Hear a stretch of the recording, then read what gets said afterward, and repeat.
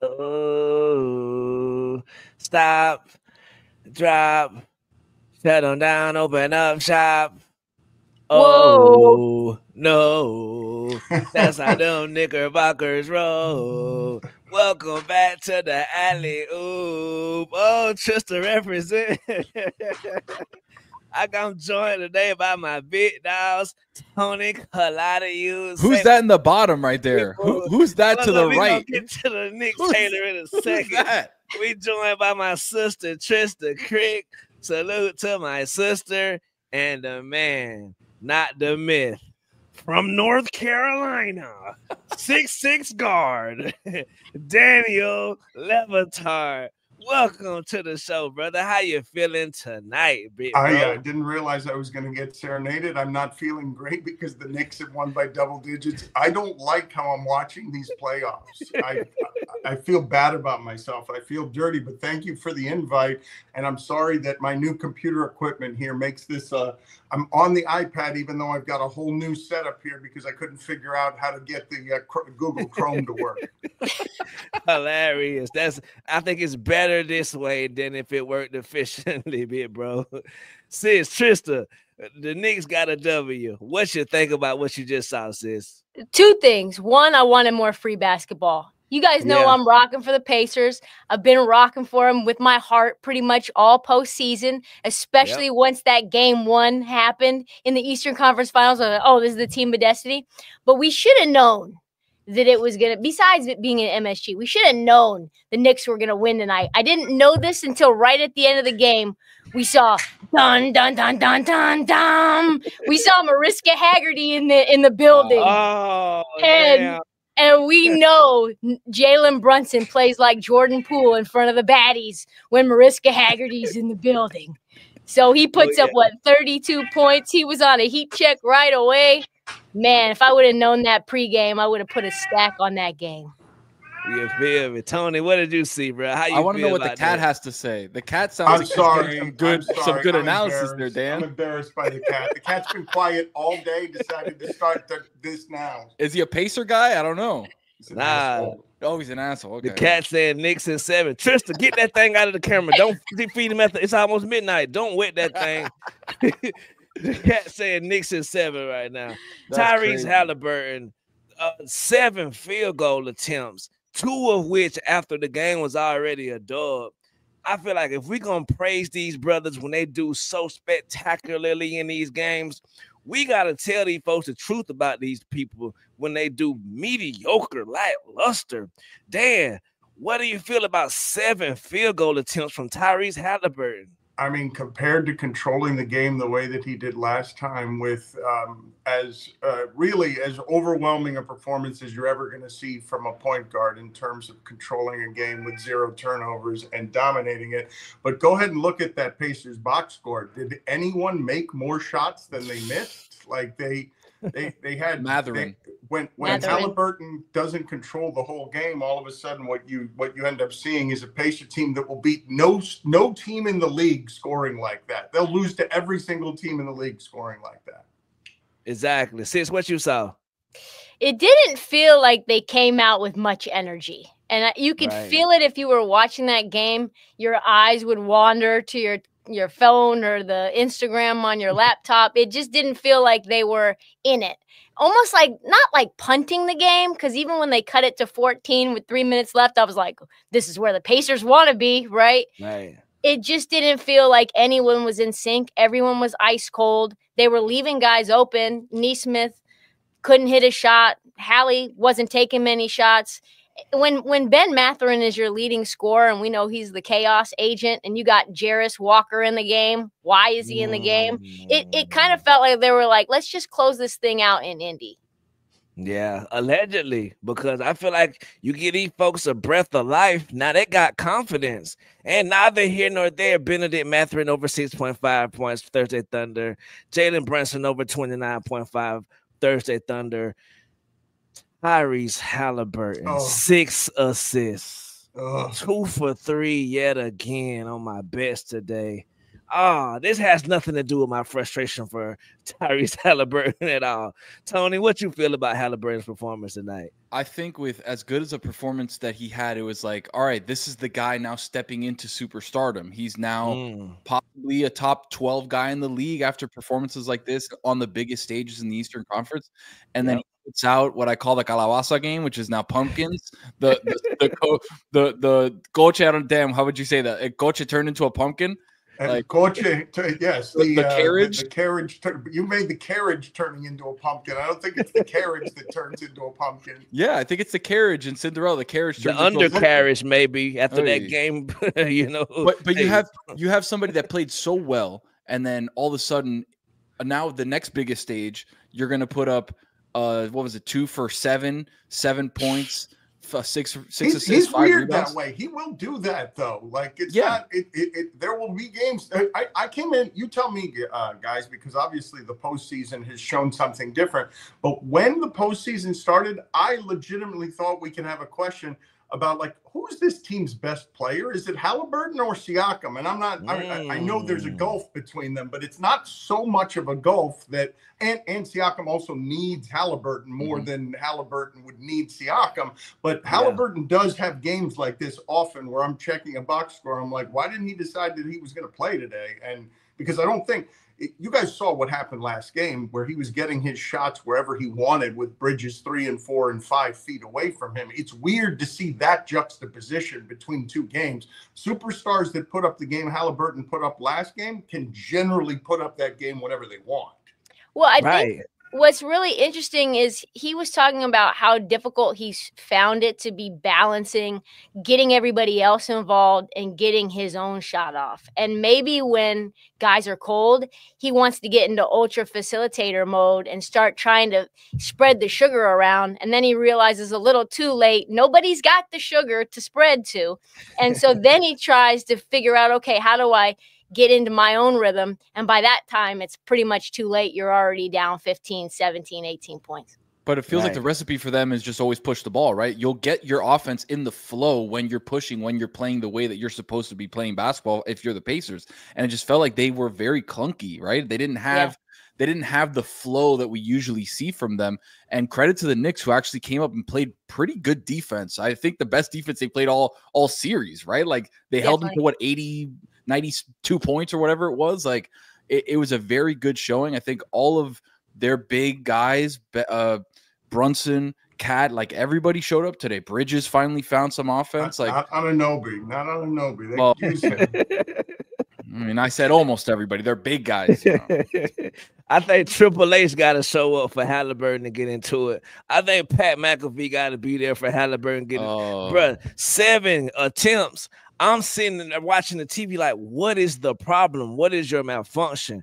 Are you, salute to DraftKings, you know what I want to say, but do you know your lines, brother? Because little Jonte Porter.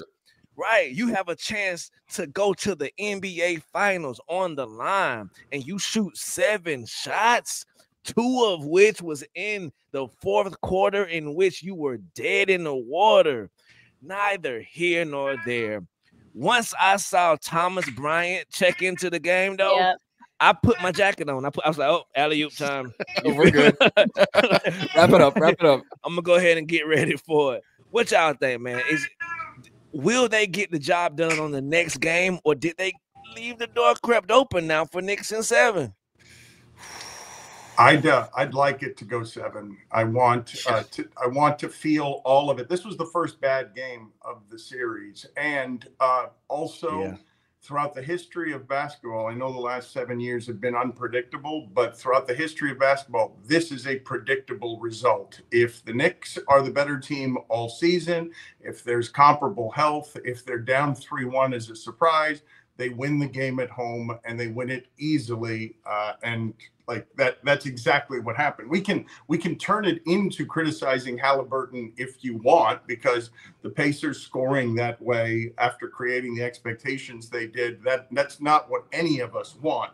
But basketball history would tell you that this is how Game 5 is going to go for the home team. If they're down 3-1, they're going to be more desperate, and the Pacers are going to have to try and do this at home. To me, what's going to be fun about the next game is it being close late and seeing if New York can close that out. Because if I told you guys right now they're playing at Madison Square Garden in Game 7, Knicks fans would be excited, and then I would be excited for them not being excited at the end of losing Game 7 at home to go to the final. What'd you think, Sis? 34 points in the paint for the Pacers versus 60 for the Knicks. That's pretty much what it was. And they're not only struggling in the paint, they couldn't hit an open jumper either. Shooting 40% from the field. I mean, both of them couldn't hit the broadside of a barn from deep. Both like 30% from deep. It's crazy. Disgusting. The broadside of a barn. Come on. Uno. I know the YouTube chat's going to be huge for that, because the last time I said jumping the shark, they were like, where's Dan, where you need him to well, the broadside of a barn. We need a new saying for that, like maybe the side of a cruise ship, like the broadside of a barn. First of all, what are the differences between the sides of the barn? I know Tony don't know shit about that. You got the broadside, and you've got the narrow side. Box, right? You gotta. I'd like to know where that expression started. Certainly, there are larger surfaces than the broadside of a barn, are there not? Right. Like should I say like the side of a Costco? Yeah. Well. All right, we need a little 2025 update. Yeah. We do. We absolutely do. The broadside of a Kaisenat stream. That's the 2025. I didn't know that barns were red because red was the cheapest paint until like 6 months ago. Yeah, that's and I didn't know it until 6 seconds ago. Right? They're true. They're all red. I didn't even think of that. They're all red. Huh. And they couldn't hit none of those. None of those Pacers could hit any of the red. Yeah, that ball still orange.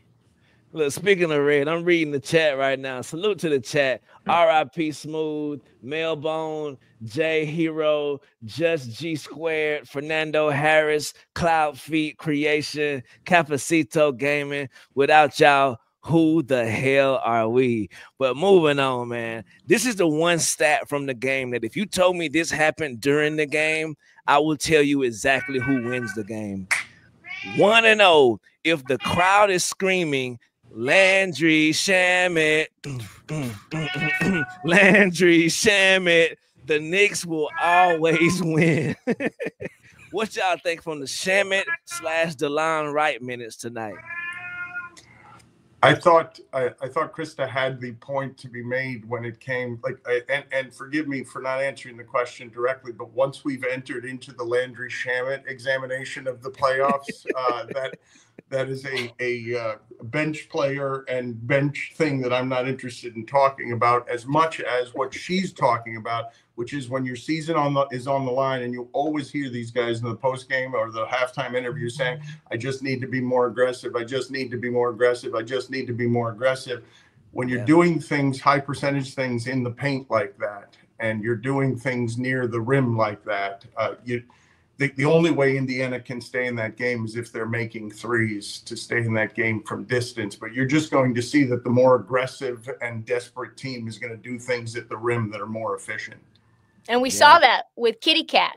He was over there getting bodied, going right to the rim. I think it was 14-point game, 3 minutes and change left.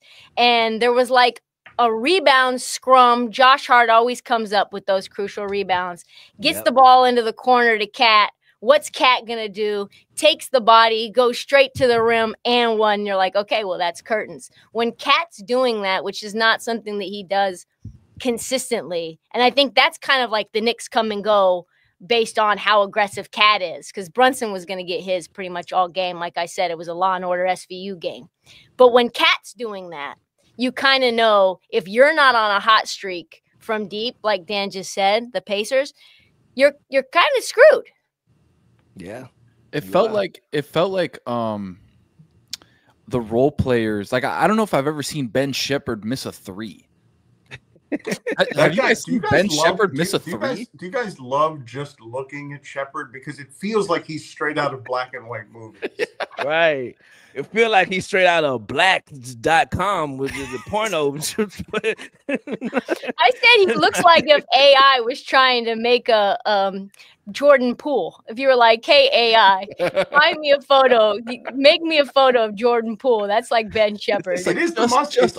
It's the mustache, though, right? If I told you that we were watching a 1920s movie and somebody was running around away from a railroad track where he had just tied up a damsel, he'd be a little larger, right, Shepherd? But he'd physically look that way. But if I took the mustache off him, all of a sudden he's not allowed to be in that movie anymore. It's How old is the he? mustache.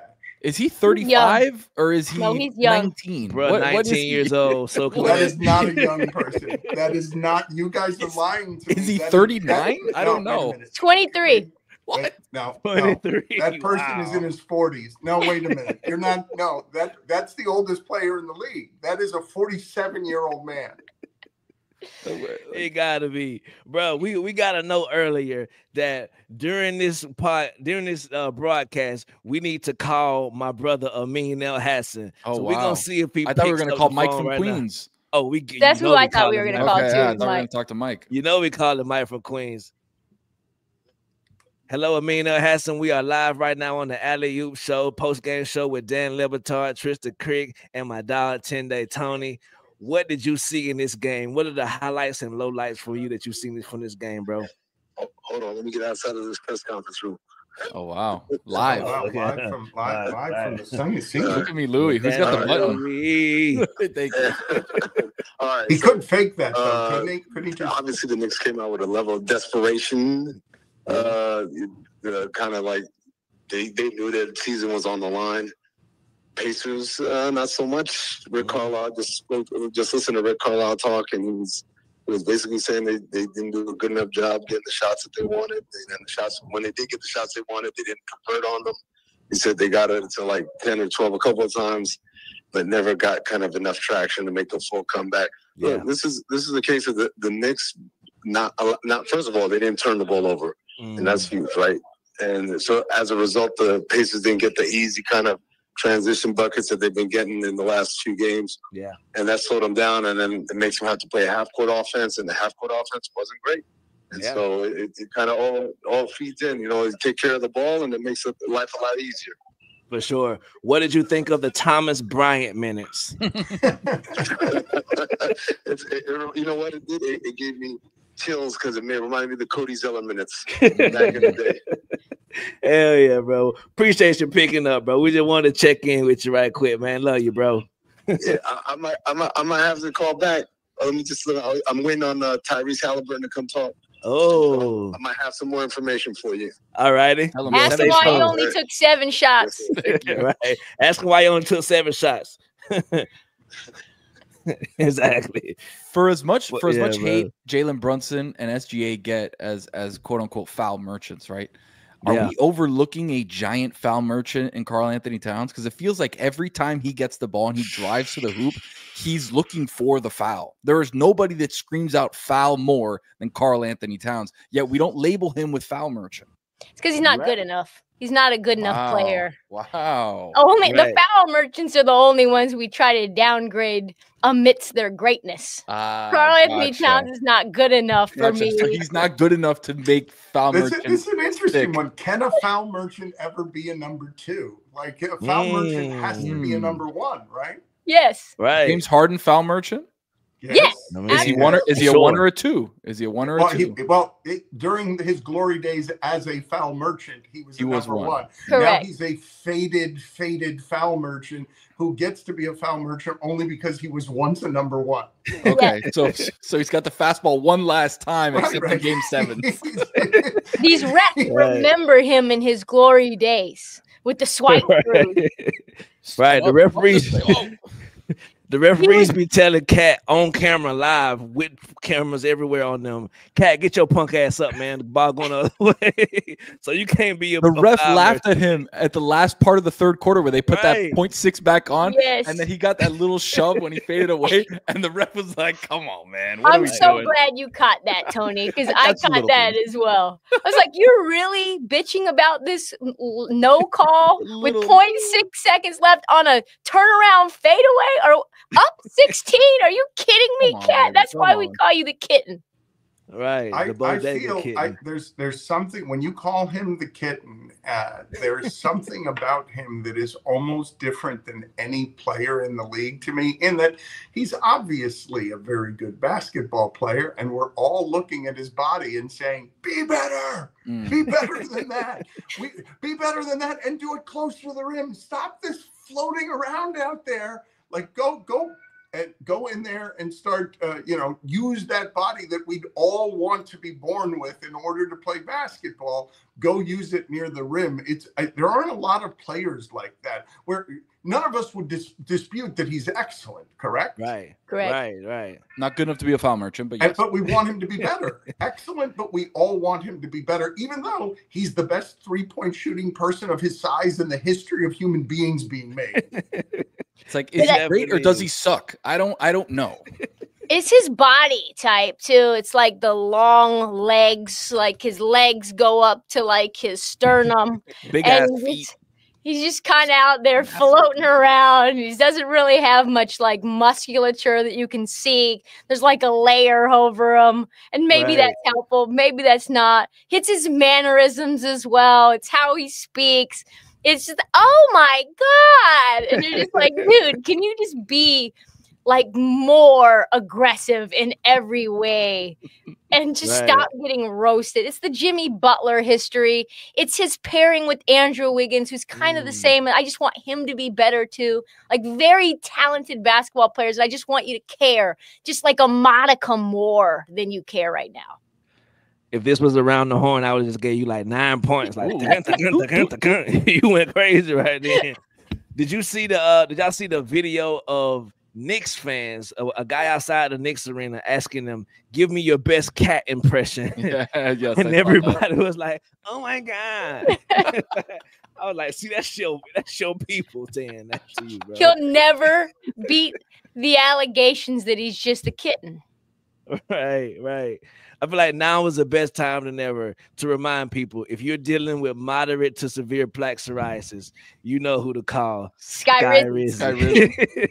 Salute to Sky Rizzy, man. Tony, I sent JuJu a photo of my TV screen with the Sky Rizzy, and I was like, I finally got one. Oh, it's time to lotion up. I must be atchy. I got like 3 or 4 other chronic illness medicines where I was just like, let me start Googling what this one does. Oh, okay. Side effects are 18 times worse. Perfect. Let me start taking it tomorrow. Let me ask my doctor about it, please. Exactly. Why are we asking doctors about what we should take? Is that crazy or is that just me? Doctor, I go to you, so you tell me what to take. I'm telling you that I need Sky Rizzy? Give me a break. What are we doing? Right, bro. There's never been a funnier time to play the commercial, the AT&T commercial with Dante DiVincenzo right now and throwing the hat. That came on like in the 4th quarter, and I was like, "Aw!" Like it really hit this time. Like, damn, my boy got eliminated, and they having so much fun over here. Here's a visor. They're having fun today. Yeah. Let's see how that goes tomorrow. This time, I thought everybody was. Are people now sick of that commercial? Because it's the rare sports commercial these days that lands in a way that everyone's like, "Oh, that's sweet." Right. Because they broke them up, and the way that it happened was just like a little cold-hearted.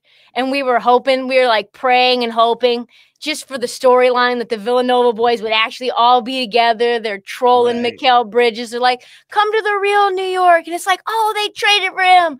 And it's like, oh, like 27 days later, he's gone.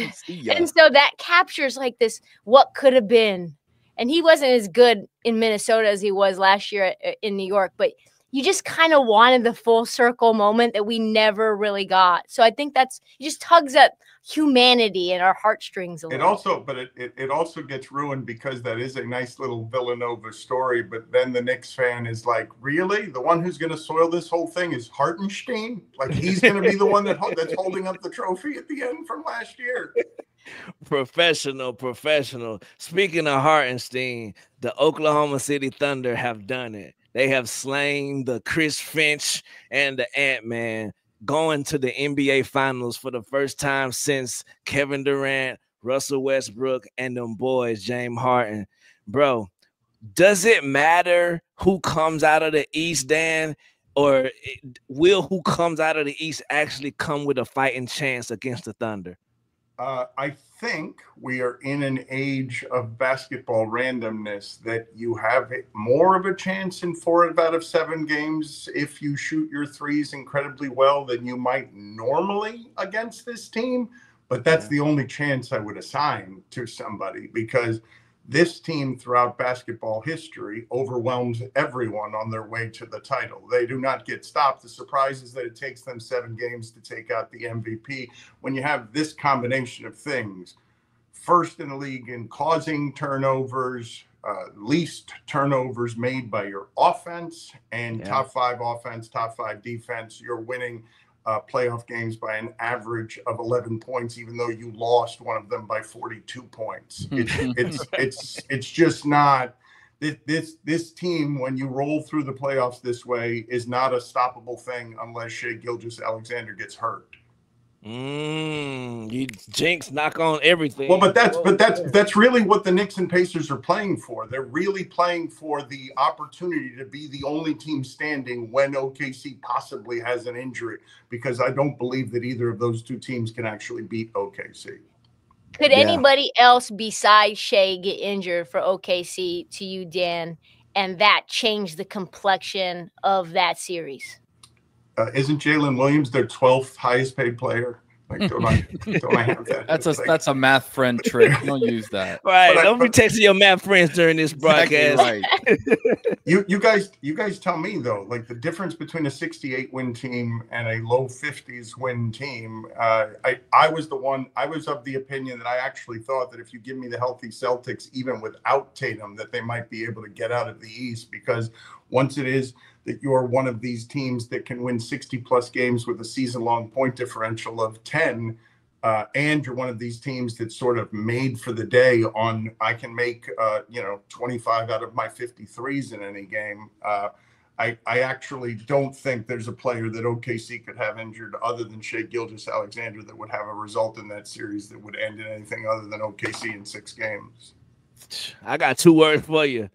Alex Caruso, the defensive stopper out of nowhere. They lose that, brother. It is curtains. But neither, I don't know, bro. Tony, how you feel, bro? I would say Chet. I would say Hartenstein, but they played a majority of their games without both of those guys for stints, and they were still a 68-win team. It just feels like at this stage you need to have a solid rim protector, especially if you're going to be playing against decent bigs. Obviously, if the Pacers move on, your big is Miles Turner, and he's kind of an outside perimeter guy who's going to hit shots. Siakam's going to be, elbow, free throw line extended, trying to get middies and stuff. So, like, that is not as important. But you saw what the difference was when you had Chet and Hartenstein basically just form a wall in front of the basket, and Ant wasn't able to do anything when both guys were in the lineup. When one guy was out, he was able to maneuver across the floor, but able to take stuff to the hoop. But when you have both of those guys in there, one guy off a pick and roll, one guy rim defending, it's like, holy shit, how am I supposed to get to the hoop when Chet is just an alien? He's 9 feet tall, and he's just blocking everything in sight. So I would say the bigs, but it just feels like even with them, they were able to play at such a high level throughout the season that I don't think it would affect them in the playoffs. But Chet is the one I would go with, because I was actually, you guys probably aren't surprised to learn this, but I was surprised that at the rim, players shot worse against Chet than against Wembanyama or Gobert. Like, it's not he's a rim protector. He's great. He's the best of the rim protectors, and I thought those other 2 guys were the best of the rim protectors. And I think what's interesting, though, about the Pacers matchup, though, is if you use Miles Turner and put him out on the perimeter what is Chet gonna do? Are they gonna try to do a cross match and put somebody else on Miles Turner and have him and then have Chet protect the rim? Because if Hartenstein got injured and then it was just Chet, I think it puts you in a little bit of a pickle defensively in terms of what you want to do, considering that Miles Turner is such a potent 3-point shooter. Miles is another one that I want more from, not unlike Cat. I never understood, like every year when they say Miles Turner is available, I'm like, why is he available? Like that's somebody that I would like on my team, somebody who could do that many different things. And notice why he's never been on any other team, because nobody else is like, yeah, that's what I need, Miles Turner. What's funny about that though is I remember right when they traded for Tyrese Halliburton. Yeah. I was talking to some folks that worked for the Pacers, and I was like, why do you guys hate Miles Turner so much? And they're like, he's like an average to below average rim protector. He's an average to below average rebounder. And I was like, God damn, you guys hate him that much? And this is the team that, and then all of a sudden Tyrese Halliburton and him gel so much that it makes Miles Turner immediately the kind of guy that you want to extend, immediately the guy that now you probably need to keep around now that he's a free agent. Tyrese changed everything in terms of what Miles Turner was even thought of by his own damn team. Feels like Tyrese Halliburton is the quarterback that unlocks everything, right? Like Kelsey could have been good with Alex Smith, but then he turns into another level of tight end, like Hall of Fame level tight end with Patrick Mahomes. Tyreek Hill would have been good anywhere, but like it's that next level of 220 yards against the Bucks in that half that he scored like 2 touchdowns or whatever. So if Halliburton, I wanted to bring this up on the show, Dan. We hadn't got to it because it was the off day of the game. I was talking to Amin, and I wanted to get your guys' thoughts on historical comp for Tyrese Halliburton, a guy that kind of fell in the lottery, a guy that was traded, and now on his second team has become an all-star, has become a guy who's like, is he a top 10 guy in the league right now? Is he a top 12 guy in the league right now? Amin had the answer, and I think it's perfect, but I want to give you guys a second to kind of nibble on that and see if you can come up with a good name. I'm going to think about it for a second and go back to what it is you were saying about Miles Turner being unlocked by Halliburton. The joke that I would make every year at the trade deadline is I would call a friend and be like, did you guys get the Brook Lopez call this year and this is a number of different teams, right? It's before he even gets to Milwaukee. It's just Brook Lopez, grande por gusto. He will get you 4 rebounds a game. And every time the Heat would pick up the phone on the Brook Lopez call, it'd just be like, no, thank you. And then to watch Brook Lopez win a championship because, well, when you have a Giannis available to you, then it sort of unlocks an assortment of things. So I'm still trying to think of the comp, but when you said that about Miles Turner, I found it funny because I think of Miles Turner as a good deal better than Brook Lopez, but sometimes teams know things about their players that we don't know. What about Brook Lopez, by the way, will be a Boston Celtics next year. Neither here nor there. Wow. DraftKings get on those odds. Wow. But I also think you're not going to get any Brook Lopez odds. Are you serious? I think when you say Tyrese Halliburton and Miles Turner are joined at the hip, exactly. 2 rebounds, 5 points, and 2 assists for Miles Turner in a game they could have went to the finals. That's a Julius Randle stat line right there. A Knicks Julius Randle stat line. Unfortunately, a Wolves Julius Randle stat line too. Go ahead. What about Chauncey Billups? Ooh, that's a good one. I like that. That's a good one. Didn't end up becoming an all-star until Detroit, his 5th team, Finals MVP, seen as good but not elite early, used high IQ and leadership to become that guy. Mr. Big Shot. It is a good example, although I will say that Halliburton's ceiling is probably higher than Billups' ceiling. For sure. Amin's comp was perfect, and I think it's spot on. It's Steve Nash. Wow, 2-time MVP. MVP Steve Nash. He said the trade from Dallas to Phoenix. Yeah. And then Sacramento. he took a 32-win team in Phoenix and pushed them to a 60-win team and averaged basically what Halliburton's averaging now, 18, 5, and 10, somewhere in that neighborhood when he won the MVP. And then I thought about it and I was like, damn, he's those Suns teams are very close to what the Pacers are now in pace, the 7 seconds or less Suns, where it's like, all right, let's find something, get an action going and shoot and score.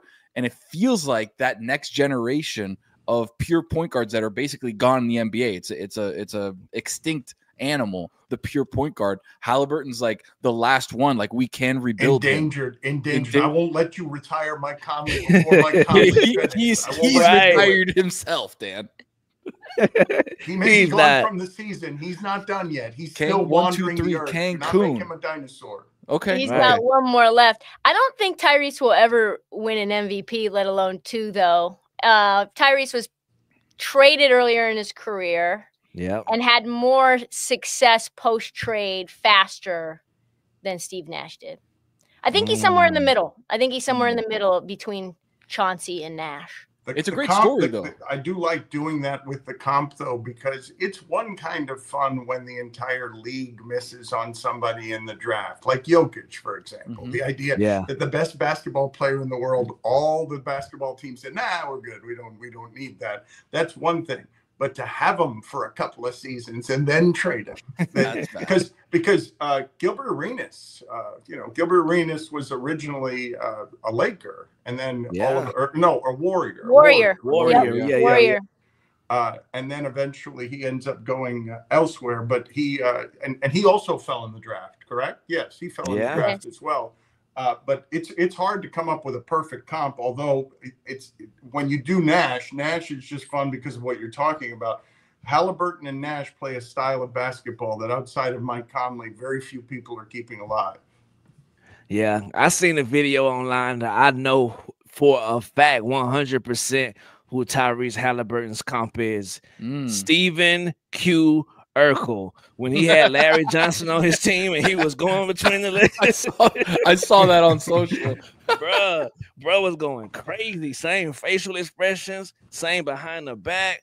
I don't know, between off that backboard.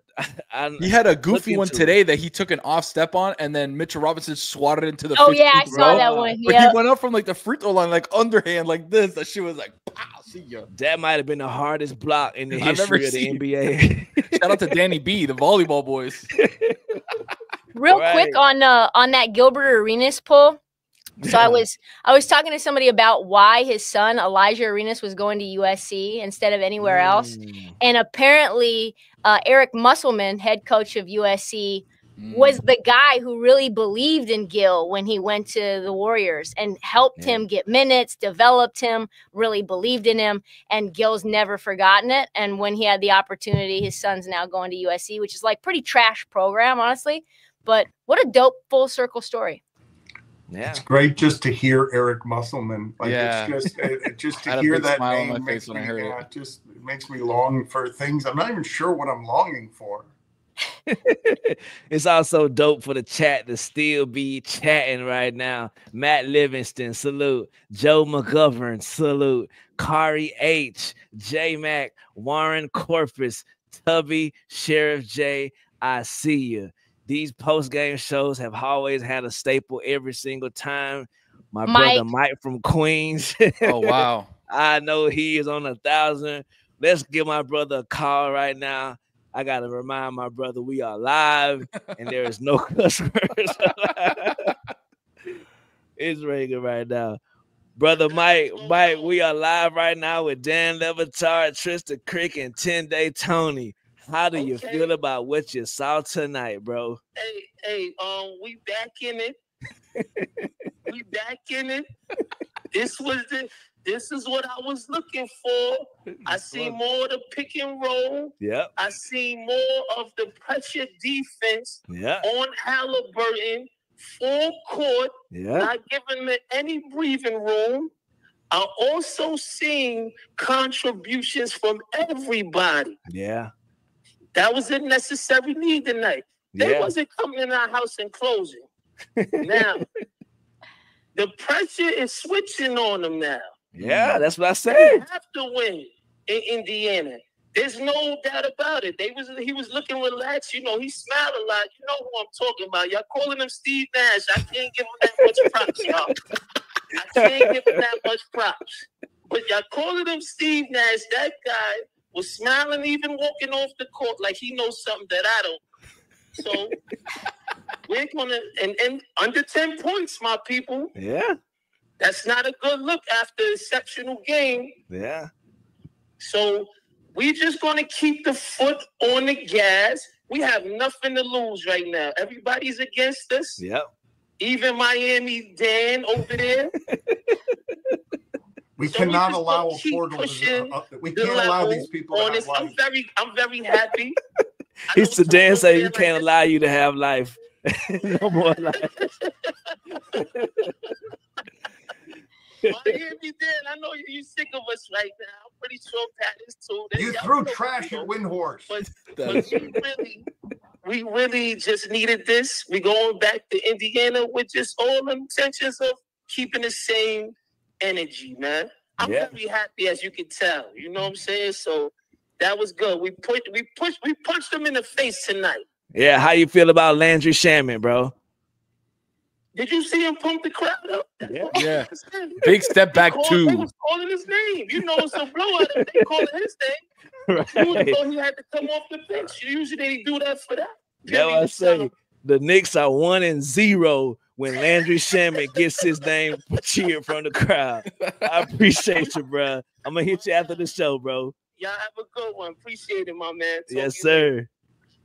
I want everyone to absorb that the best moment in 25 years of Knicks basketball has been the Landry Shamet return game. It was a big two that he hit. It was a big two.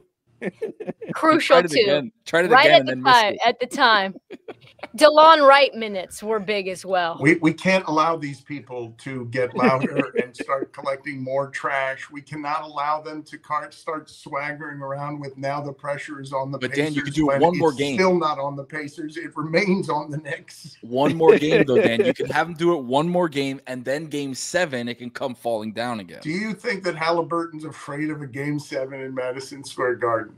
If Trae Young's not, I don't think Halliburton is. I think a little piece of him is like, I shouldn't have done that choke in game 1. I think if he gets to game 7, there's a little seed of like, did I waste it? What if I don't pull it out? Or did I mush it?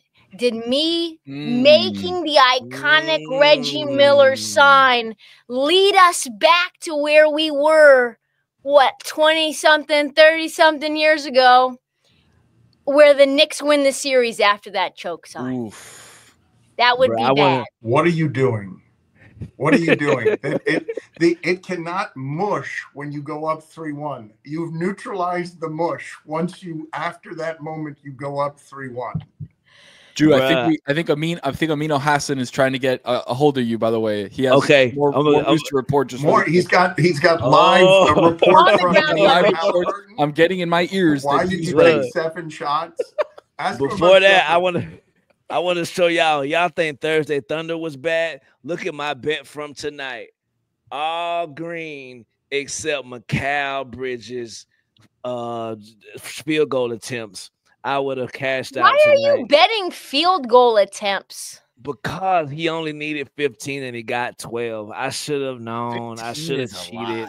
15 is a lot. 15 is a lot of attempts. It is a lot of attempts, but I would have been rolling in the dough. That's like Dan placing the bet. What was it, Hartenstein? Hartenstein plus over first quarter. He came out. He had 2 floaters. They were up 4-0. I've never felt better about my betting. Y'all look at a main call screen. You know how you get pictures to pop up on your phone? Look at this, brother. Looks like a Def Jam poet. Why allow that? You know what I mean? I'm giving him a call back. Of course, he's not going to answer because the universe. Oh, man. The universe is the universe. Have him call me. I call him. How can he be our tunnel reporter if he's not answering? You know, the Mecca. The Mecca's got. Oh, here we go. Here we go. We back. We live with Amino Hassan. You live on the alley. What's up, bro? What you got to report? Okay, so a couple of guys came up, Tyrese Halliburton and Pascal Siakam. Now, Pascal Siakam got in a really heated debate with Greg Doyle of the Indianapolis Star because Greg Doyle said because Pascal Siakam said they played harder than us, and Greg Doyle said, "How's that possible?" I said, "What do you mean? They played harder. Like they just played harder than us. Like that happens. It's the NBA." He's like, "But how does that happen in the playoff game and in Game 5?" Yeah. And said, "I just told you they played harder than us." So he's like, what more do you want to know? And he's like, "I want to know how." And so then Pascal Siakam says, "Why don't you tell me how?" Oh no! And you know what? Yeah, I won't flip. This is a pretty hard line. He said, "You'll find out tomorrow when you read the paper." Oh, damn. Greg Doyle. Salute to Greg Doyle. Yo. That fastball. And so now I want you to imagine. And he said, "You'll find out tomorrow when you read the paper." I was like, "Damn." Hold on, Dan got something. What'd you say, bro? All I was doing is laughing at the idea of tomorrow morning, Siakam calling somebody so he could get behind the paywall at the Indianapolis Star to find out what Greg Doyle wrote and what they used to physically put in your hands as the newspaper. You say, imagine Pascal Siakam tomorrow morning trying to get behind that paywall to see what bro wrote. I have him still in uniform doing it. Okay, so Halliburton came up and Halliburton said, they asked him, like, did they do anything different to kind of take him out of his game? He said, they did a couple of things different. Yeah. But mostly the same base defense. They just increased the pressure. They played a lot harder. And like they beat them in the margins. And he said, that wasn't good enough for them. But he said the good news is everyone on the team is a film junkie. So they're all going to watch film and they're going to figure out where the parts that they can be better because they feel like it wasn't that far off. So, he seemed real confident. Like it didn't both even Siakam, they didn't really seem like crushed or like, man, we missed an opportunity. It was kind of like, yeah, that's basketball. We lost the game. We'll come back and win the next one. You know that LeBron meme when he's like, "Oh, that's what I got." Oh, you see, you watch film, junkies, everybody. Well, I tell you the other thing. The other thing they were saying, they're checking them on credentials. The other thing that he was talking about was the idea that first of all, they haven't lost back-to-back games since March. Okay, I didn't know that one. So it's like they as a group know how to rebound and like kind of regroup after a loss. So like I said, it seemed really kind of loose and not stressed at all. If there was any pressure on losing that game, they definitely didn't show it. At least not Tyrese and Siakam. Okay. What about thank you so much, bro. Right, exactly. Did anybody ask him about the 7 attempts tonight? No, what's funny? I was going to ask him, and then the guy said, "Last question." I done been with him in them scrums. When the brothers say last question, you feel like But the crazy thing is, like, I think I would have pressed it. Yeah. But everything was already so tense. So after the Siakam thing, I was like, man, I'm not trying to be the next guy. Hell yeah. Well, thank you so much for calling back, bro. We appreciate you, man. Remember Greg Doyle was the one who asked Caitlin Clark that weird-ass question? That's Greg Doyle? From somewhere. That is Greg Doyle, yes. Greg Doyle asked that question. Oh, my and God. And that question to Caitlin Clark was also creepy and uncomfortable, as is this one, because no player ever is expecting a follow-up to, "We didn't play hard enough. Why?" Right. Bro, but why they play harder than you? Like, why? Right, we're listening. It's like, why don't you just play harder than them? Right. Speaking of Caitlin Clark, she got her injury right now. Ticket prices are going down league-wide.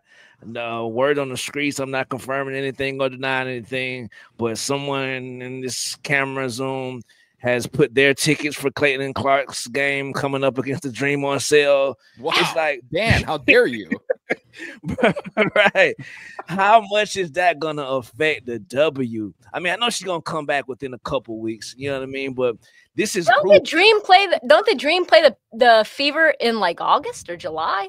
Nah, June 10th. It's rumored to be that one game right after 2 weeks, but I'm hedging my bets on that one. Like, Caitlin is so important, and we had a lot of discourse around the league about her importance, which I feel like too many people are commenting on. Like, brothers and sisters, like I said on the Goodfellow show with Roz Gold and Wude, if you can't name me 2 Valkyrie, I don't care about your opinion about Caitlin Clark and Angel Reese. If you can't name me 2 Washington Mystics, I don't care about how you feel about Angel Reese. Sis, what you think about just the progression and the conversation right now around Caitlin Clark and the W? It's just getting to a point where people don't even want to comment online anymore. We have to have our own little private group chats just so that you can feel like it's a safe space, so that people on both sides of their wacky spectrum don't come out and say insane things. You had, like that Fever game against the Sky, where they had the allegations of monkey noises being made, right? And it's like, well, is this social media or is this not social media? So they had the report and they investigated, and they're like, hey, nothing happened, right? We can't substantiate it from happening. So you think, okay, it's over now. We don't have to talk about this one moment anymore. No, you have people in the media that are like, well, that doesn't mean it didn't happen, because I've been on the other end of like allegations and substantiations. Like, yo, can we just move on? Like, let's just move on. So, yeah, I think Caitlin's obviously a massive draw. I think she's like the Tiger Woods or the Serena Williams in her sport. And I think both sides are either devaluing what she's doing or elevating more of what she's doing based on what camp they fall in. It's rough as a fan. We got a super duper star in the chat right now. DraftKings. Oh my goodness! Without y'all, what is possible without y'all? They're asking a question right now, which I'm offended by this question, but they're asking, is Dan awake right now? I see my brother is wide awake, DraftKings. All right, listen, I am wounded right now that I couldn't get our setup. I just got a new setup in my house, and I'm still fiddling with the iPad because I couldn't get Google Chrome to work. I couldn't get one of the lights to work over here. DraftKings just gave us a bunch of money so that we could keep running our operation, and it seems like I'm having trouble paying the bills. The first operation, the first time they've seen you post your vertical light on your iPad. He's social ready though, Trista. He's social ready. We're gonna clip it straight to social. Don't even worry about it. But DraftKings, I'm awake and I haven't worked this late since like Sports Center 2010 heat season. Like, it's been about 15 years since I dragged my ass out of bed to do something this late. Right, and we appreciate you so much. Vertical, one light, no mic, no matter. We appreciate you and the cat. Oh, that's perfect, actually, right there. That's just keep it like that. Keep it just like that. Now you are flipped perfect. and everything. You're good. You're good. That's exactly what we want. Even better. Right. Any last words? We're gonna get up out of here. We've been here. Salute to the chat again, man. Kobe Smithing, Cara H, Cloud Feet again, Mr. J, Dean Wade, man. Thank y'all so much Wade, for pulling MVP up chairman. on us. Wow. You did. Small Cleveland fan Cavalier. Right. Very small fan club. Only one guy. Tony, what you want to say on the way out, bro? I think the Wolves got to get a lot better quickly. 2 Western Conference Finals appearances, and you're far away from beating any of those teams. I said it out today on Oddball. It feels like when you've made it to 2 Western Conference Finals, it feels like you're the next team, but you just lost to the next team because they're next now. Like, it feels like the Wolves' window is closing quickly, and they got to figure something out. On this side, I agree with Trista. It's like, I want more free basketball, right? Like, if we get to 7, God bless America. Like, do I think it's going to happen? No, I think Pacers are going to close them out in 6 at home. It just feels like, man, could we imagine the stakes? Can you imagine the numbers that we do on the post-game show on the Alley-Oop?